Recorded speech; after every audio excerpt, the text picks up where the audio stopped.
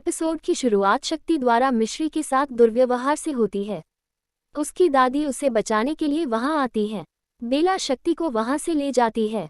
वह सोचती है कि उसे मिश्री को शक्ति से बचाने के लिए उसके लिए एक अच्छा वर ढूंढना होगा। इस बीच राघव की माँ उसे गंगापुर में पुजारी से मिलने के लिए कहती है। वह कहता है कि वह उसके लिए जर्मनी में पुजारी से मिलेगा। उसके दादाजी उसे प्रसाद देने के लिए कहते हैं। राघव कहता है कि उसे शुगर है। सुप्रिया उसे उसके लिए भी कुछ खरीदने के लिए कहती है। उसकी दादी वहां आती है और शिकायत करती है कि वे उसे छुट्टी के दिन भी आराम नहीं करने दे रहे हैं। उसने उसे बचाने के लिए धन्यवाद दिया। चित्रा आंटी ने पहले ही उसे जिम्मेदारी दे दी है। वह कहती है कि वह उसके साथ जिम्मेदारी साझा कर सकती है, न कि लाभ। वह उसे दस्तावेज पर हस्ताक्षर करने के लिए कहती है। वह कहता है कि व्यवसाय में कोई भी निर्णय लेने के लिए उसे उसकी अनुमति की आवश्यकता नहीं है। बाद में बेला दादी से पूछती है कि क्या वह शक्ति की जीत से खुश नहीं है। वह खुश होने का नाटक करती है। बेला मिश्री से मेहमान के लिए चाय बनाने को कहती है। मिश्री से मिलने के लिए कुछ लोग वहां आते हैं। शक्ति निराश हो जाती है। बेला कहती है कि हमें ऐसे अभिनय करना होगा जैसे हमें मिश्री पर गर्व है। विजय कुमार के पिता ने गलती करने पर अपनी पत्नी को थप्पड़ मारने के लिए हाथ उठाया। मिश्री निराश हो जाती है। वह कहता है कि उसके बेटे को उसकी वजह से सरकारी नौकरी मिली है। वह विजय कुमार को सलाह देती है। बेला को लगता है कि वह मेहमान के सामने नाटक कर रही है। विजय कुमार की पत्नी का कहना है कि उसके सभी सपने पूरे होंगे।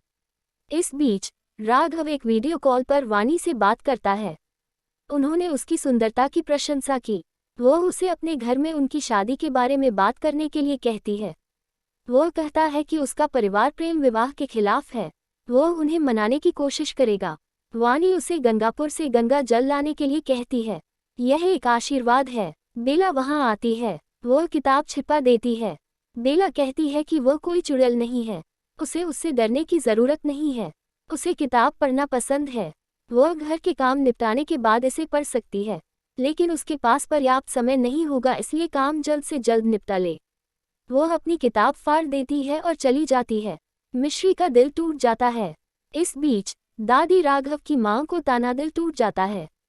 इस बीच दादी राघव की मां को ताना मारती है। वह कहती है कि यह कल्पना की जगह और अधिकार है। उसने उसके बेटे से शादी की।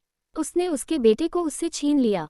उसने अभी तक राघव के सामने इसके बारे में कभी बात नहीं की। वह इस घर में अपनी जगह समझ सकती है। राघव वहां आता है। उसकी मां ने वहां स्थिति को संभाला। मिश्री लगातार काम कर रही है। दादी बेहोश होने का नाटक करती है। वह उससे उसके लिए एक दवा खरीदने के लिए कहती है। मिश्री वहां से भाग जाती है। राघव की मां राघव से उसकी होने वाली पत्नी के बारे में उसकी राय साझा करने के लिए कहती है। मिश्री राघव से टकराती है। गंगापुर का पानी उन पर गिरता है। उसने याद किया कि जिस तरह से सभी ने कहा था कि अगर गंगापुर का पानी एक जोड़े पर पड़ता है तो उनका प्यार राधा और कृष्ण की तरह शाश्वत होगा।